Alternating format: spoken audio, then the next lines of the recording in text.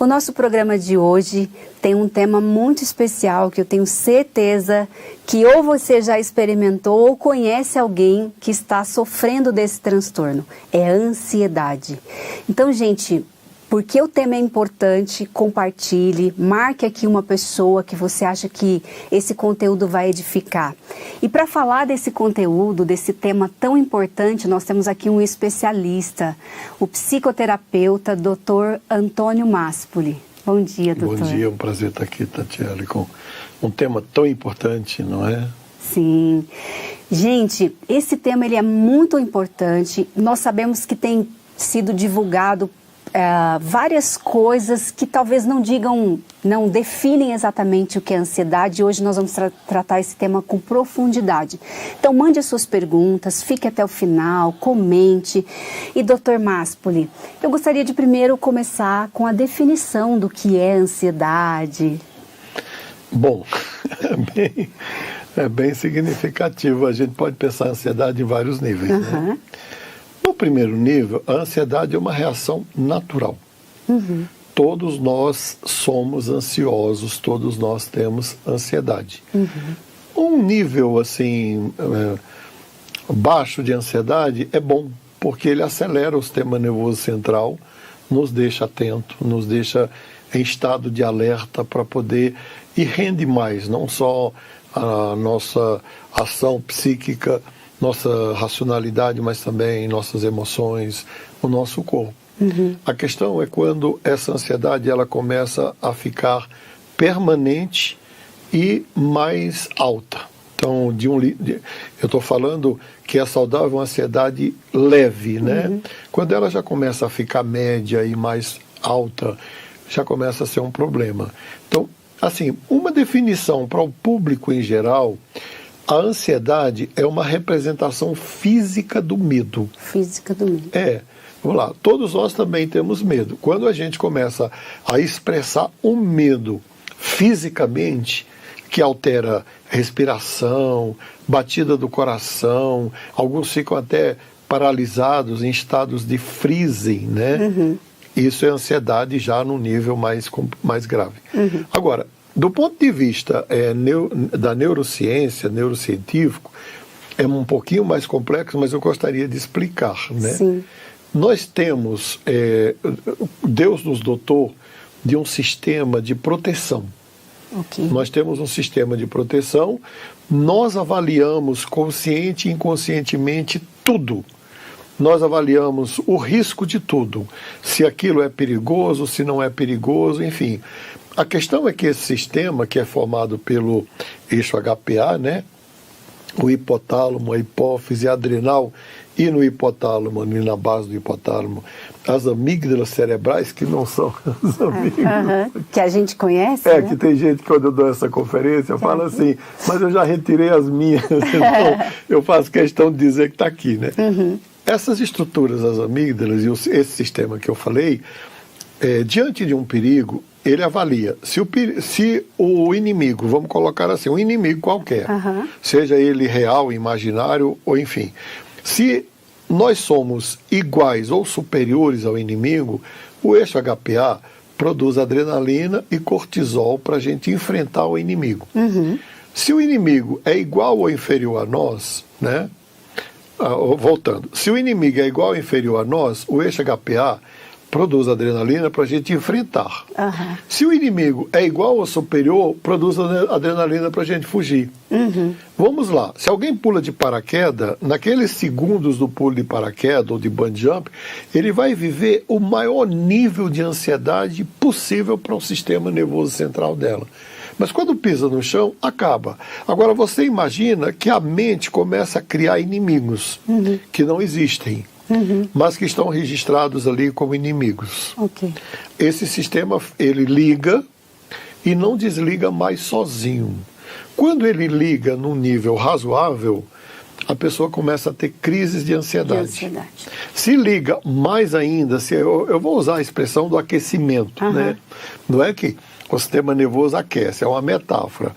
Mas se a amígdala e o eixo HPA aquecer muito, haja adrenalina, haja cortisol, e aí já não é mais ansiedade, é pânico. Uhum. Doutor, é só para ver se eu entendi, né, para resumir de casa, então a ansiedade seria quando nós não conseguimos lidar com alguma coisa, a gente acha que aquilo é muito maior que a gente. Perfeito.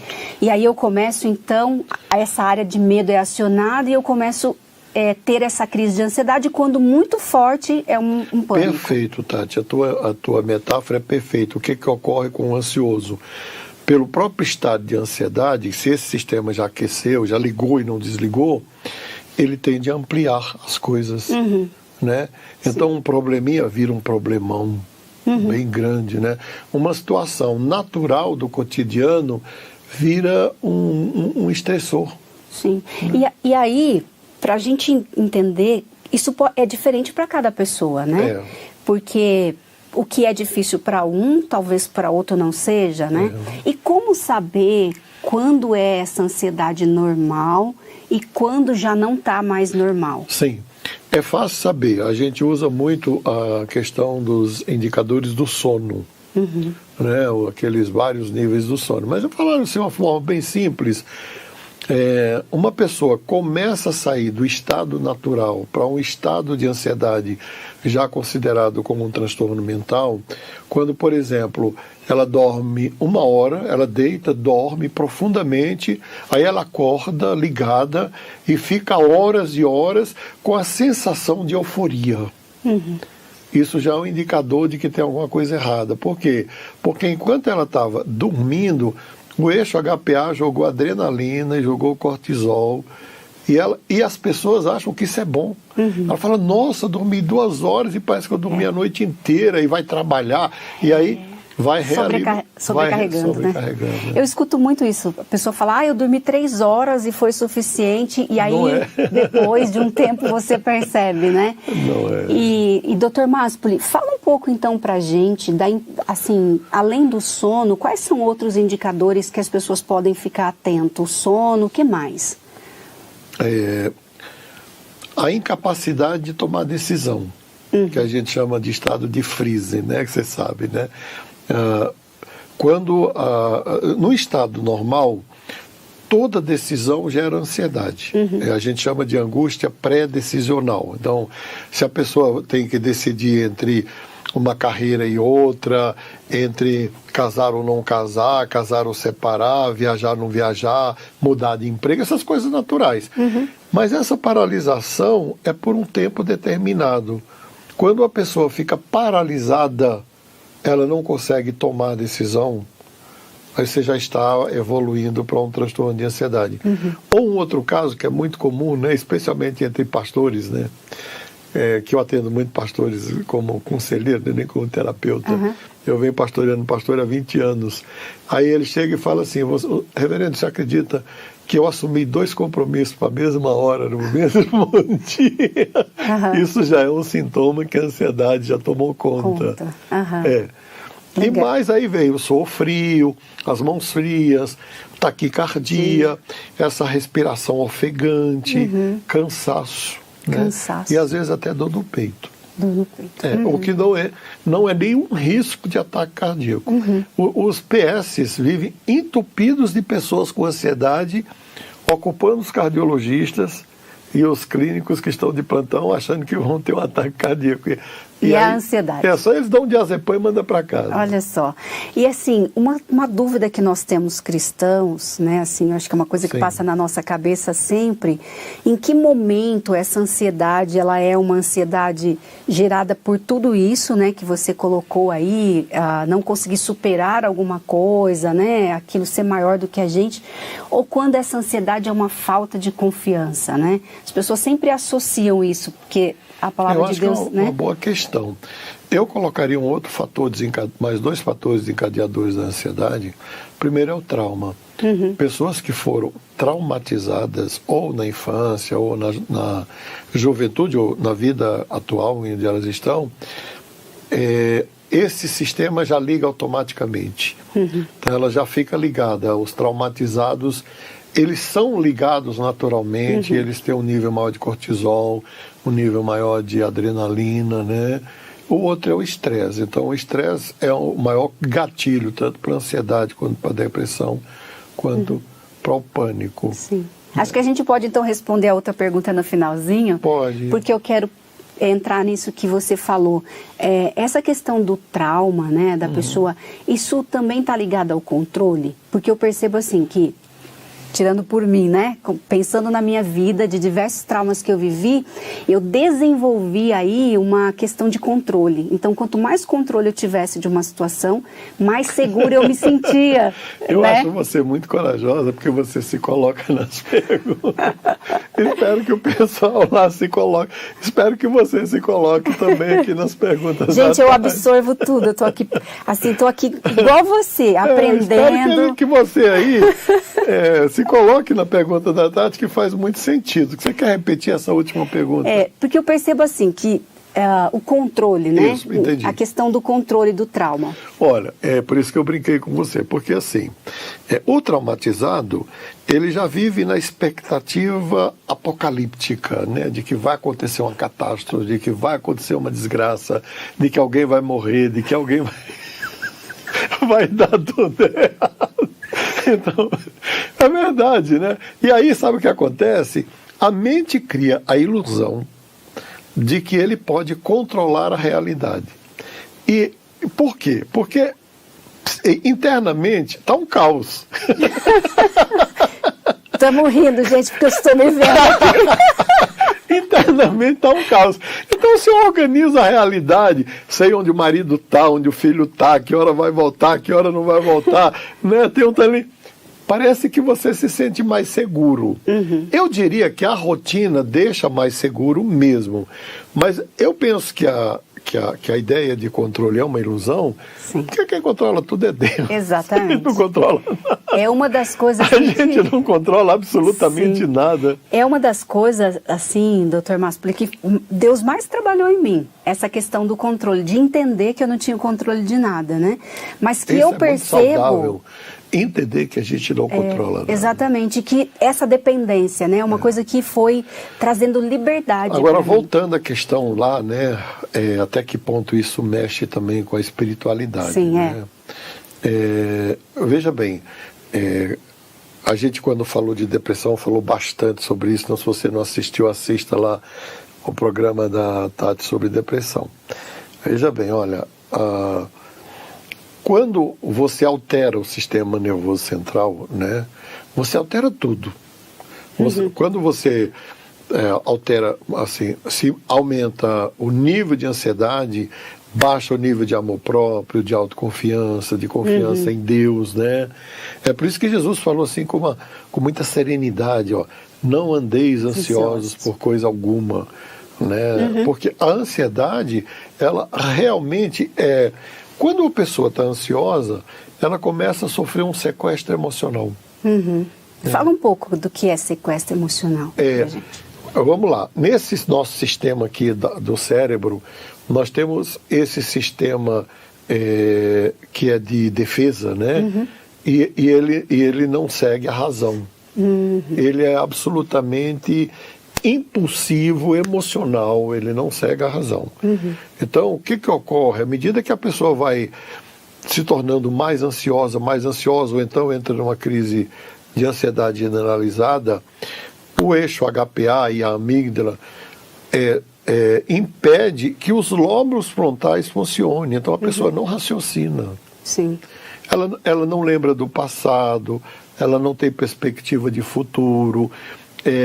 Aquelas histórias maravilhosas que ela teve de livramento de Deus, da ação de Deus, da intervenção de Deus, ela esquece.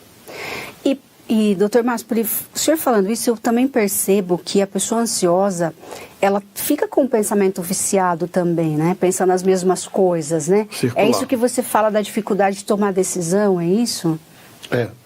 É como se fosse um labirinto. É como se fosse um labirinto, né? Ela tende a desenvolver o que a gente chama de pensamentos obsessivos compulsivos, autônomos ou intrusivos. É uma sequência de pensamentos que tem vida própria. E geralmente começa o pensamento e o pensamento altera o equilíbrio emocional e gera ansiedade.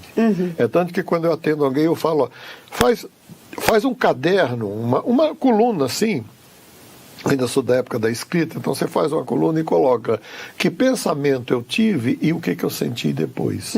É infalível. Geralmente vem assim, a pessoa está muito bem, aí de repente ela tem ou um pensamento, e eu tenho pacientes que têm imagens, né? De repente ele vê o filho mal, e aí, por causa dessa coisa que a gente tem aqui no Brasil, de muita intuição, de muita emoção, de tudo, ele acha, se eu pensei que o filho está mal, o filho está mal. Às vezes o filho está muito bem, obrigado, se divertindo em algum lugar. E aí aquele pensamento, né, já desenvolve todo o processo de ansiedade naquela pessoa. E pensando nessa questão que a gente trouxe aí, da questão quando ali é uma ansiedade que as pessoas acham que é pecaminosa, né, porque é falta de confiança, e quando é uma ansiedade, um transtorno mesmo, como você colocou, é analisando isso que você falou, né? Claro, doutor, o nível. vai analisando o nível, né? Que nível eu estou de ansiedade, né? Eu sempre pergunto para um paciente meu, de 0 a 10, qual é o nível que você colocaria, né? E eles avaliam com muita clareza. Eu falo, doutor, 10, 8, 9... Quando sai da crise, fala 1, 2, 3, né? Mas eu espero que a gente também discuta as estratégias para superar isso, não é? Sim, a segunda parte do programa a gente vai falar só sobre as estratégias. Ótimo. E doutor Máspoli, a gente tem visto aí vários indicadores, né, várias pesquisas, várias coisas dizendo o quanto as pessoas estão ansiosas, o quanto nós estamos vivendo uma geração ansiosa, né? Principalmente até mesmo crianças, adolescentes. Na sua opinião, por que isso tem aumentado tanto? Por que as pessoas estão mais ansiosas? Por que a gente tem sofrido desse Tati, com certeza a internet, especialmente a tela do celular. Né? Tem pesquisas feitas sobre o que eu vou falar aqui. A internet, porque a internet rompeu com a estrutura de tempo e de espaço. Isso é fato. A nossa mente, eu acho que nem a mente dos mileniais, que são os que nasceram depois do ano 2001, do ano 2000, eles conseguem entender o impacto que a internet tem nesses dois conceitos. E tempo e espaço é que estrutura a nossa mente, né? Mas a questão da tela disso aqui, ou da tela da televisão, crianças hoje, ficam 4, 6, 8, 10, 12 horas nessa tela. Todas as imagens de tela, seja de LED ou de que for, elas são geradas por um ponto luminoso em alta velocidade. Então, conscientemente, liminarmente, você não vê, mas o teu inconsciente vê. Então, nos primeiros computadores da IBM, lá há 30 anos atrás, no manual, vi, olha, cuidado com a exposição exagerada à tela do computador. Então, isso aqui, de verdade, além do conteúdo, né? Que sabe lá que conteúdo as pessoas estão vendo, esses conteúdos, eles excitam. Então, imagina, as pessoas desligam o celular e vão dormir, não conseguem dormir. Elas ficam ligadas por mais 1 hora e meia, às vezes 2 horas. Além disso, você tem essa noção de velocidade, né? Por exemplo, São Paulo.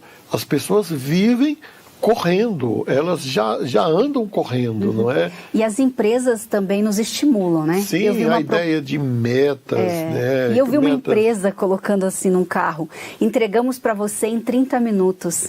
Ou seja, a gente não tem mais paciência para esperar, né? Ou até no caso, eu vou citar aqui, porque é o caso do McDonald's, que usa cores ansiogênicas. Eu não sabia que cores As cores têm um impacto tremendo nas nossas emoções. Olha! Total. Inclusive tem hoje um campo da psicologia que chama-se cromoterapia, né? Nossa, que não é que a cor seja terapêutica, mas é que a cor influencia na emoção. Então, por exemplo, se você quiser mexer bem assim com as emoções, com a paixão de alguém, você põe vermelho. As pessoas intuitivamente sabem disso. Eu pensava só no marketing, por exemplo, cores relacionadas à comida, mas eu não sabia que tinha esse poder de mexer com as nossas emoções. Então, o amarelo, né? o amarelo em todas as tonalidades, é a cor que gera ansiedade. Eu jamais pintaria minha casa de amarelo, o meu quarto de amarelo. Se você pintou, reconsidere. Por exemplo, no McDonald's é tudo derivado do amarelo, é vermelho e amarelo. Por quê? Para você comer rápido. Olha! Foi concebido assim. Que interessante, muito bom. E doutor Máspoli, você falou bastante do sono.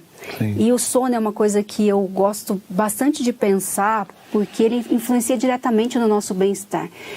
O senhor poderia dar algumas dicas para nós, porque as pessoas pensam só na quantidade de horas, né? Mas a gente sabe que a qualidade do sono não é só horas, né? O senhor poderia falar um pouco disso para nós? Olha, a primeira coisa é... Quando é que você realmente relaxa, né? É quando você sonha. Né? Se você dormiu 2, 3 horas e sonhou, e tem noção que sonhou, né? Muita gente diz que não lembra, enfim, é natural. Você relaxou. Se você dormiu 8, 10 horas e não sonhou, você ficou no 3º nível de sono. Pessoas ansiosas, elas até dormem, mas não relaxam. Esse é o ponto. Então, um sono saudável tem que ser um sono relaxante. Né? Então, hoje, se você pegar todos os manuais de qualidade do sono, vão dizer coisas muito simples. Desliga o celular 1 hora antes. Não durma com o celular do lado da cama, né? Tem gente que dorme e de madrugada acorda assim, será que curtiu minha mensagem? Isso é muito doido, né? Curtiram, comentaram, mandou fulano lá, o amor, mandou mensagem, né? Atenção, isso não permite que a pessoa relaxe, né? Ou então ela acorda cedo e já vai ligar o celular. Faz devagar, faz um programa para ir se desligando para dormir e também para acordar. Eu fico meia hora para acordar. Eu acordo mais cedo e fico meia hora para acordar para respeitar esse tempo que eu preciso. Você fica ali na cama? Isso, começo devagar as coisas, não é? Para poder entrar na lucidez, porque você fica a gente chama de estado crepuscular. Se você já sai da cama agitado, vai ser agitado o dia inteiro. Sim. E doutor Máspoli, a ansiedade, além do pânico, ela evolui para uma depressão também, não? Na verdade, você tem depressões ansiogênicas, que são depressões com ansiedade. Você tem só ansiedade e só pânico. Uma coisa não evolui para outra. Não. Nem a ansiedade evolui para o pânico. Os que têm só ansiedade são abençoados, porque pânico é o inferno real. E fala pra gente o que é o pânico. O pânico, na ansiedade, o sujeito tem a expectativa de que alguma coisa vai dar errada. Ou já deu errada na mente dele, né?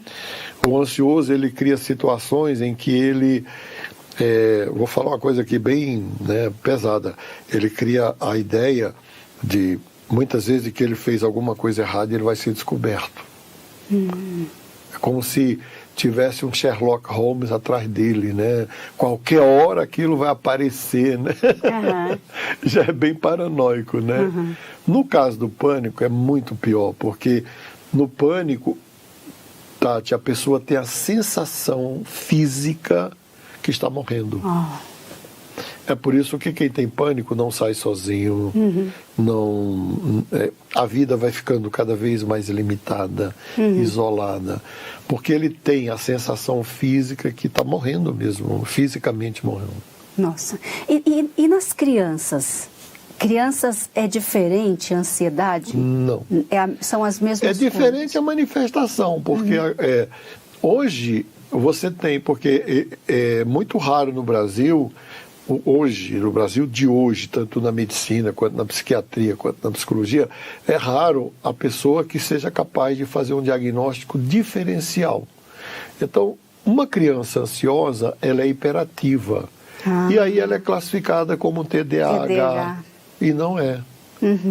E a criança, na verdade, isso eu queria falar olhando para a câmera. Se o seu filho, a sua filha é ansioso até 7 anos de idade, essa ansiedade ele está captando capturando e reproduzindo ou a sua, ou do pai, ou da mãe, ou dos avós, ou do cuidador, da cuidadora. Não é dele. Gente, olha isso, vocês anotaram? Porque isso é muito importante, né? Porque muitas vezes há a negação da ansiedade também. Eu percebo muito isso, né? Quem está de fora às vezes percebe que a pessoa é ansiosa, mas porque tem picos também, né, Dr. Máspoli? E aí a pessoa, porque ela passou um dia mais calma, ela acha que então ela não é. Mas você tem que analisar um contexto, né? Um período, não é? Um período, analisar assim os últimos 3 meses da vida. Não é um dia, né? 3 meses com isso que você falou, né? A questão do sono. E agitação, um indício já é suficiente? Especialmente agitação mental e esses pensamentos que não param. Como é que a gente sabe que alguém é ansioso? Ele não para de pensar. E aí eu quero falar para pastores, né? Tem pastor que entra no meu consultório e fala assim: nossa, as últimas noites foram maravilhosas. Por quê? Porque eu comecei a pensar num versículo da Bíblia, pensei de Gênesis a Apocalipse, fiz o sermão inteiro. Foi ansioso. Totalmente ansioso. Isso não tem nada a ver com Deus, querido. Isso aí tem a ver com o sistema nervoso central. Gente, agora são 10h29, nós vamos pedir aí um intervalinho, mas eu gostaria que nesse intervalo você mandasse suas perguntas, você colocasse aqui as suas dúvidas e também convidasse alguém para participar desse programa. É ao vivo, gente, você tem a oportunidade de tirar as suas dúvidas, dar as suas contribuições, e o próximo bloco nós vamos falar sobre como enfrentar a ansiedade, como vencer, o que nós temos aí à nossa disposição. Então nós voltamos já já, não saia daí.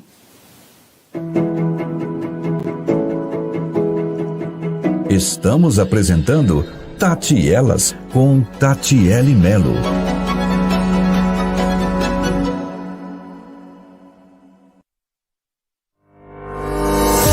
Para ajudar você a crescer na graça e no conhecimento de nosso Senhor e Salvador Jesus Cristo, nos 7 dias da semana, conheça Teomídia, uma plataforma de vídeos com diversos cursos, palestras, filmes, séries, documentários, música e desenhos animados para toda a família. Assista no seu computador, celular, tablet e até na TV.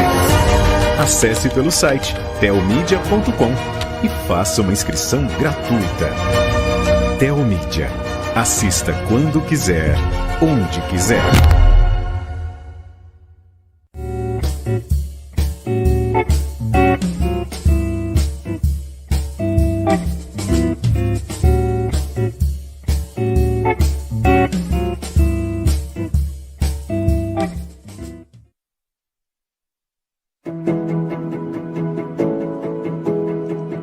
Estamos apresentando Tati Elas com Tatiele Melo.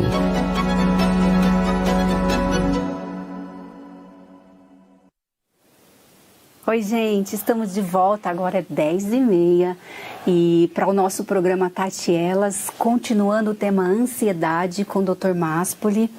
E Dr. Máspoli, pensando aí no que nós temos hoje para ajudar essas pessoas que assistiram o programa, identificaram que são ansiosas, por onde elas começam? Elas vão a um psicólogo, um psiquiatra? Os dois. Aí eu vou explicar por quê. Tá. Na verdade, o psiquiatra ele tem uma ação no pico da crise da ansiedade, como no pico de qualquer emergência psiquiátrica, né? As pessoas não entendem isso. As pessoas pensam que a função do psiquiatra, que o psiquiatra tem uma função terapêutica de cura. Não tem. Ele tem uma função intervencionista para tirar a pessoa da crise. Então é só uma intervenção, é uma intervenção, não é um tratamento, né? Assim, não existe tratamento psiquiátrico. Não? Não. A intervenção, você vai, ele te passa a medicação, você volta, ele muda a medicação e ele só vai mudando a medicação e mudando a medicação ou acrescentando remédio. Com todo o respeito que eu mesmo procuro psiquiatra quando preciso, mas é preciso fazer essa diferença. Qual é o papel do psiquiatra? É intervir na crise. Sem o psiquiatra, você não tira ninguém de crise nenhuma. Eu eu acho que eu passei por isso. Eu procurei o psiquiatra por uma questão de ansiedade, Sim. era pontual. Sim. E aí comecei a psicoterapia, fui entendendo e aí parei, ele foi tirando o medicamento. Então, para não ficar assim, não achar que eu estou desmerecendo o trabalho do psiquiatra. Sem o psiquiatra, você não tira alguém de uma crise, nem de ansiedade, nem de depressão, nem de pânico. Agora, tirar da crise não é resolver. E aí é onde entra o trabalho do terapeuta. Por quê? Não tem magia, não tem mágica. É um trabalho duro, sério, que leva de 6 meses a 2 anos em média. Não é menos do que isso. Sim. Então não se resolve numa consulta de 20, 30, 40 minutos, nem com psiquiatra e nem com psicólogo, não é? Sim. Assim, se alguém promete que vai resolver, tem gente ganhando muito dinheiro, dizendo que vai resolver os problemas de ansiedade num mergulho de fim de semana. Gente, isso é picaretagem. Não? Até porque você falou, né, Dr. Máspoli, no começo, que a ansiedade é quando nós não conseguimos enfrentar, lidar com algo, né?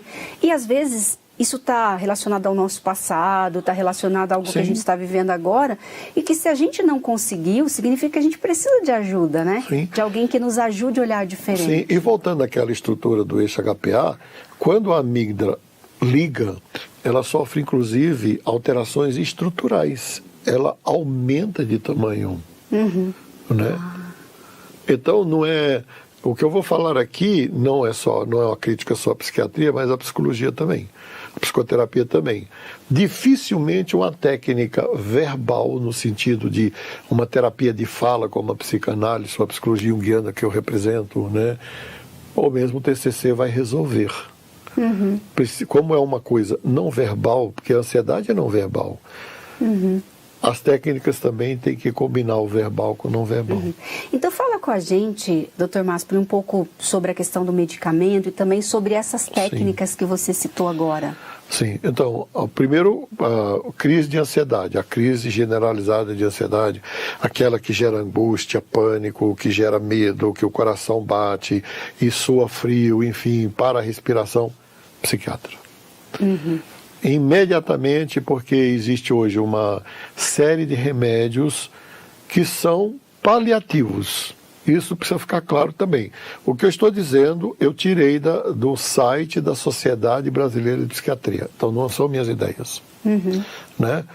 Os benzodiazepínicos, por exemplo, alprazolam, clomazepam, bromazepam, diazepam, eles têm um efeito imediato, ajudam muito na crise, tiram da crise, mas cessou o efeito do remédio, volta. Cessou o efeito do remédio, volta.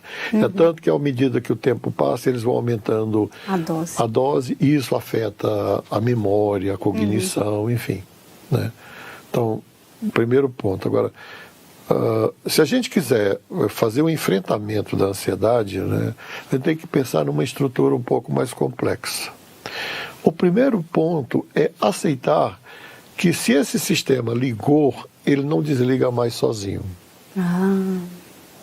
Passou 3 meses em estado de alerta, não volta mais sozinho. Então, aceitar que a ansiedade... Porque na nossa cultura a gente tem muita dificuldade de aceitar ansiedade, pânico e depressão como um transtorno a ser tratado. Né?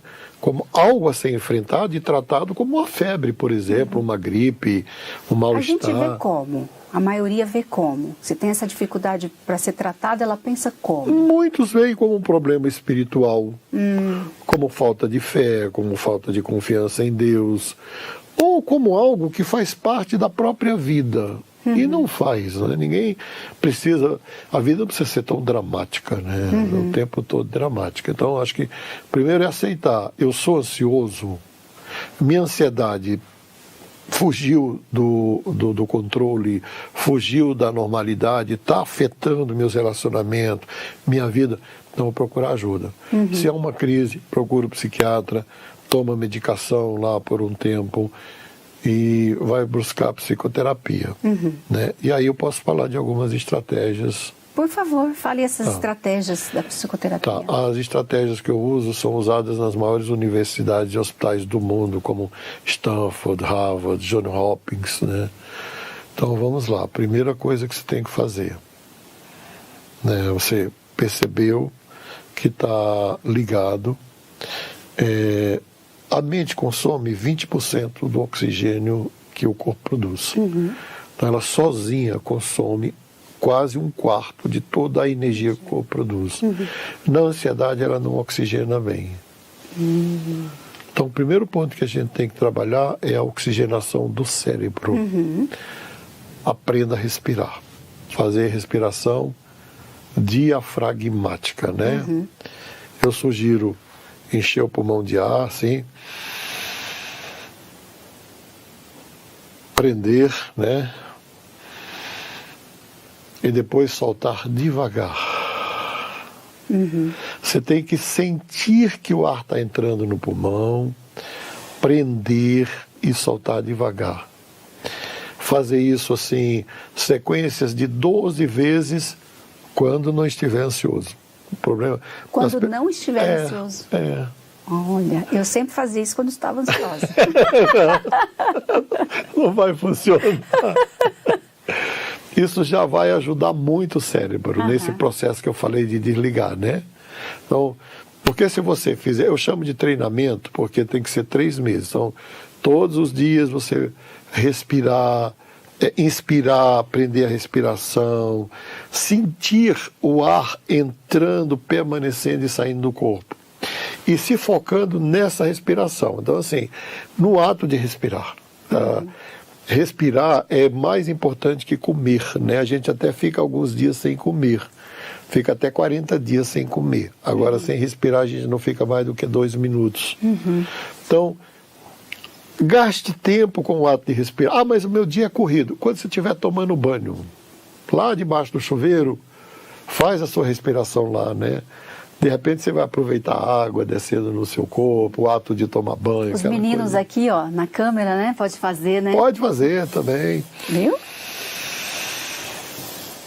Prende e solta devagar, né? Esse é o primeiro ponto, aprender a respirar, que é a respiração dos bebês, né? Sim. Os bebês respiram desse jeito.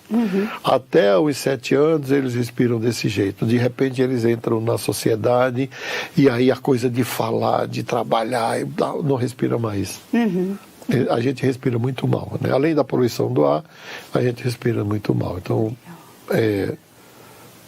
respirar direito. Segundo ponto, que é o mesmo da depressão, atividade física. Muita atividade física. Especialmente a atividade aeróbica, né? Mesmo que seja caminhar, mas alguma coisa que movimente o corpo e faça com que a pessoa transpire, não só para gerar endorfina e serotonina, mas para liberar toxina. Porque a ansiedade gera muito cortisol. Cortisol em excesso alimenta, é estressante. Explica para as pessoas o que é serotonina, o que é cortisol. Tá. A endorfina, serotonina e ocitocina, né, são os hormônios, os mediadores químicos responsáveis pela sensação de bem-estar, de tranquilidade, de prazer, até de paixão e de amor. O cortisol, o cortisol e a adrenalina já está relacionado com a defesa do corpo. O cortisol, por exemplo, é um antibiótico natural, é um anti-inflamatório natural. É por isso que quando a pessoa tem uma infecção, à noite ele passa mal, fica pior que de dia, porque a gente produz o pico maior de cortisol até as 9 da manhã, depois não produz mais. E aí vai consumindo. Aí quando chega de noite, quem está gripado se sente pior, porque consumiu o cortisol. Cortisol e adrenalina em excesso já é estressante, não é? Então, quando você faz uma atividade que, de alguma forma, você transpira, você libera toxina. Por isso que chorar também, quando a pessoa está muito mal, ela chora, e aí depois ela sente um alívio, porque liberou... Sente o sono. Liberou toxina, calma, paz, né? Depois, na sequência aqui, eu estou falando, né, primeiro aprender a respirar, depois fazer uma atividade física constante. O mais difícil é o que eu vou falar agora. É o mais difícil, presta bem atenção. Que é anotar estes pensamentos intrusivos que geram estado de ansiedade. Por que é difícil? Porque é preciso você treinar para observar seus pensamentos, porque a gente não observa. E o ansioso, ele não observa nada, ele já não, a observação dele é muito reduzida, daí porque ele perde as coisas, esquece, não é? Então, quais são os pensamentos que se repetem e que estado emocional eles deixaram? Você tem que anotar. Repete a pergunta. Que pensamentos se repetem constantemente na minha mente e que estados emocionais eles deixam?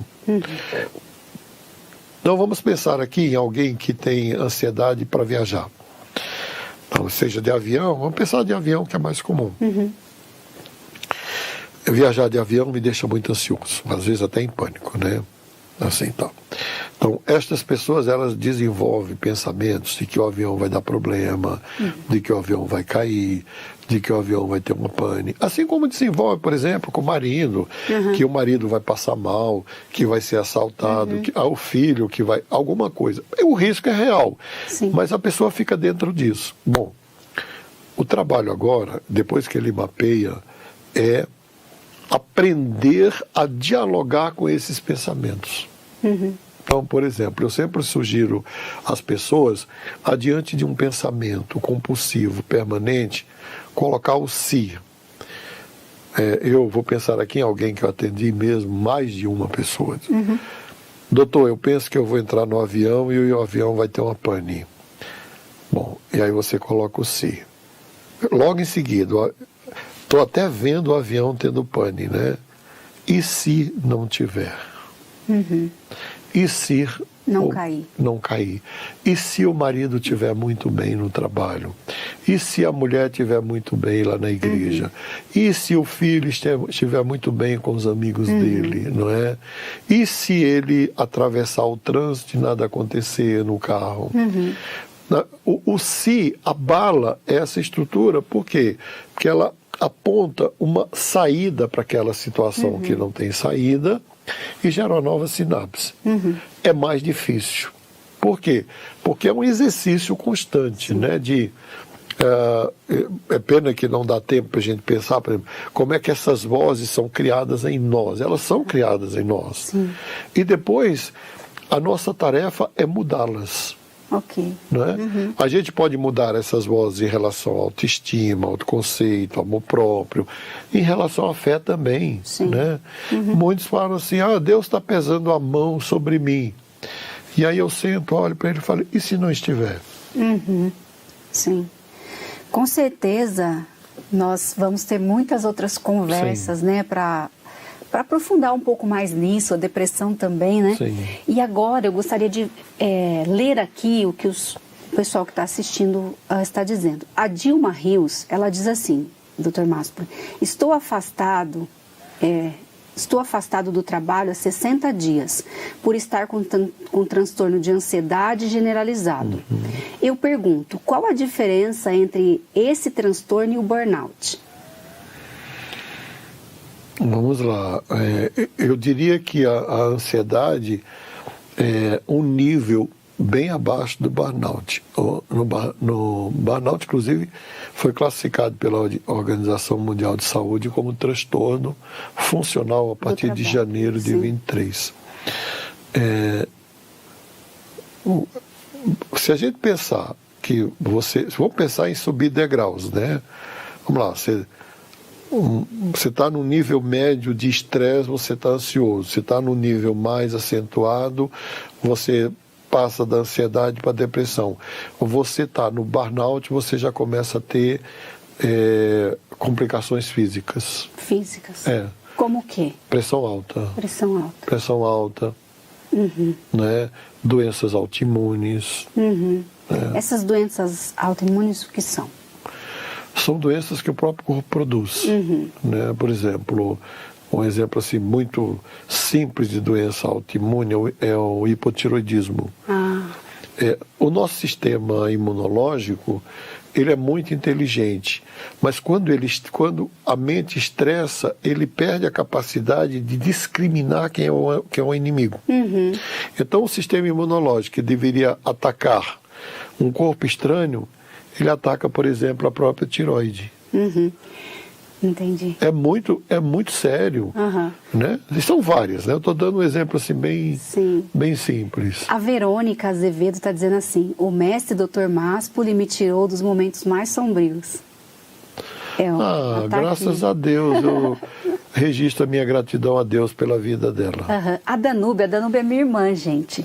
Ela está fazendo uma pergunta aqui que é assim: já tentei fazer o desmame, vou voltar em cima. Doutor, estou tomando desvenlafaxina e o Lamitor para TAG. Poderia me falar sobre esses medicamentos? E aí ela continua: já tentei fazer o desmame quando tomava outra medicação, só que não consegui. Já faço o tratamento desde 2019, ainda tenho a chance de viver normalmente sem medicação? Essa é a pergunta que eu queria responder. Tem a chance, tem a chance mesmo de viver sem medicação. Se você pegar só a medicação, que aí volta aquela questão lá do início, né? O problema é que as pessoas depositam, não digo que é o problema da Danúbia, né? Sua irmã. Mas, em geral, as pessoas depositam a confiança na medicação. E a medicação é paliativa. Toda medicação para transtorno mental é paliativa. Ainda não tem uma medicação que cura. Sim. E o que eu percebo também, né, Dr. Máspoli, é que a gente procura a terapia, às vezes, muito tarde, né? E a medicação, a gente, às vezes, eu vejo, né, no meio que eu estou, que as pessoas param antes mesmo do psiquiatra dizer. Como elas começam a se sentir melhor, elas param. Isso também afeta, né? Concomitante com o remédio, tem que se desenvolver essa estratégia que eu falei aqui, e eu vou falar a última das estratégias, que não vai fazer sentido para ninguém, mas é como eu trato, né? E por último, o maior gatilho para a crise de ansiedade, que é a mesma para a crise de pânico, é o medo de ter. Então, quando você aceita que é ansioso, você sabe que vai ter crises de ansiedade. Então, convide a ansiedade para estar perto de você, para ser sua amiga do peito, talvez sua melhor companheira, né? Porque quando você aceita que é ansioso e convida a ansiedade para estar com você, o gatilho, que é o medo, desaparece. E aí a ansiedade começa a ceder. Né? Sim. Então, assim, só existe duas formas de você vencer o inimigo. Ou é enfrentando, ou é se tornando amigo dele. Sim. No caso da ansiedade, a melhor estratégia é se tornar amiga dela. E, Dr. Máspoli, como que a nossa fé pode contribuir, né, no tratamento da ansiedade? Perfeito. Eu acho que dentro dessas estratégias, exatamente faltou o que você falou, não é? É necessário... Bom, primeiro que tem pesquisas e pesquisas e pesquisas. Eu tenho um book lá em casa, na minha biblioteca, The Religion Health. São 1.200 páginas de pesquisas publicadas recentemente no mundo sobre o efeito da fé e da espiritualidade no tratamento, na prevenção e na cura de todas as doenças, inclusive de câncer, né? Quando a pessoa ora, por exemplo, quando ela ora, orar equivale a fazer yoga. Orar, meditar, relaxar e fazer yoga é a mesma coisa. Então, quando você ora, vamos lá, se eu fizesse yoga, a área do meu cérebro que vai estar em atividade, produzindo aquelas ondas tranquilizadoras, alfa, gama e beta, é a mesma área que é acionada quando eu oro. Né? Mas, novamente, não é a oração do desesperado ansioso. É orar todos os dias, não é? Então, assim, combina atividade física com oração. É a melhor coisa do mundo, por exemplo. Enquanto está fazendo, vai orando. Vai orando. Eu faço isso. É perfeito, não é? Combina atividade física com oração. Quando você ora, e já é uma expressão de fé, mas quando você realmente exerce esse dom que Deus dá, que eu acho que fé é dom de Deus, você rompe exatamente com a ideia do limite que o transtorno mental impõe, que novamente que é o limite do tempo e do espaço. Então você entra no mundo da transcendência, né? Você entra no no espaço de existência. Sim. Você começa a se perceber como parte, não só como filho de Deus, mas como parte também da comunidade que você pertence, da família, né? Porque eu penso que se a gente resgatasse essas coisas simples como sentimento de pertencimento, isso devolveria segurança para muita gente. Né? Olha que legal. E essa dica que o Dr. Máspoli deu, gente, de você fazer atividade física enquanto isso orando, né? Você pode escolher um lugar bonito, um parque, uma rua arborizada, porque isso naturalmente o nosso coração já se enche de alegria, né? Pelos feitos de Deus, pela paisagem. aquilo que Ele nos presenteia, né? E aí você começa a orar. Isso é maravilhoso. Dr. Máspoli, eu vou fazer a última pergunta aqui da Márcia Elizabeth. Ela diz assim: bom dia, tem uma pessoa que não entra em lugares fechados, avião ou qualquer lugar. Ele sente que sufoca e passa mal. Como lidar com isso? É um outro quadro, na verdade, né? Pode até falar disso outro dia, mas para a pessoa entender, ele sofre de claustrofobia, né? Que é medo de ambientes fechados. Né? Que medo é muita coisa, né? E aí tem o medo de ambiente fechado, e aí o medo também gera ansiedade, mas é um outro quadro. Agora, eu volto a dizer, eu quero sugerir no meu canal, não estou fazendo propaganda, mas lá tem um vídeo meu que é um psicólogo que se curou a si mesmo da síndrome do pânico, que sou eu. Eu tive síndrome do pânico terrível em 2004. E as estratégias de tratamento da ansiedade são as mesmas da síndrome do pânico. E neste vídeo eu expus passo a passo o tratamento da ansiedade. Para a questão de desligar o sistema nervoso central, tem um outro vídeo lá, que eu gravei inclusive na pandemia, a pedido de muita gente, né? Que é treinamento autógeno. É uma técnica para relaxar. Sim. Então eu deixo essas duas sugestões. E no Netflix, na série Explicando a Mente, tem um episódio sobre ansiedade, falando exatamente de como atrair a ansiedade como alguém próxima, né? E não como inimigo.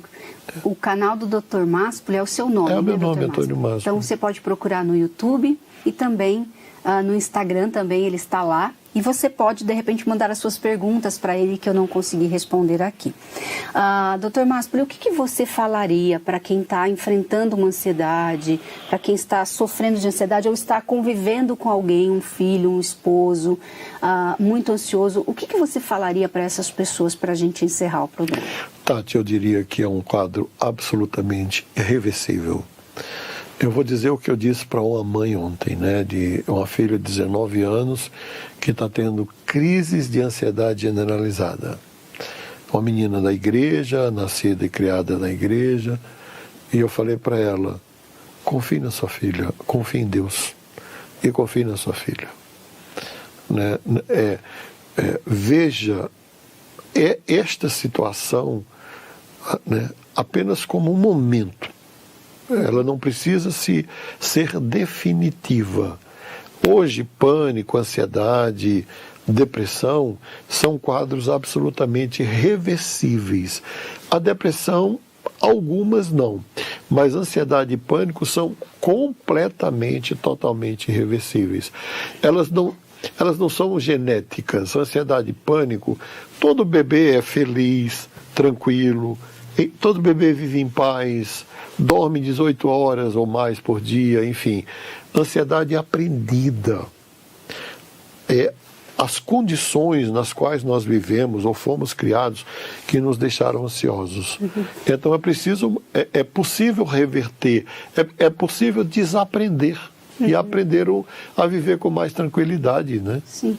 Gente, que lindo isso, né? Isso que o Dr. Máspoli falou, nós não nascemos ansioso, né? E isso é bonito, porque muitas vezes a gente coloca um rótulo e a gente aceita esse rótulo, né? Sou ansiosa. Eu estou, não sou, né? Estou.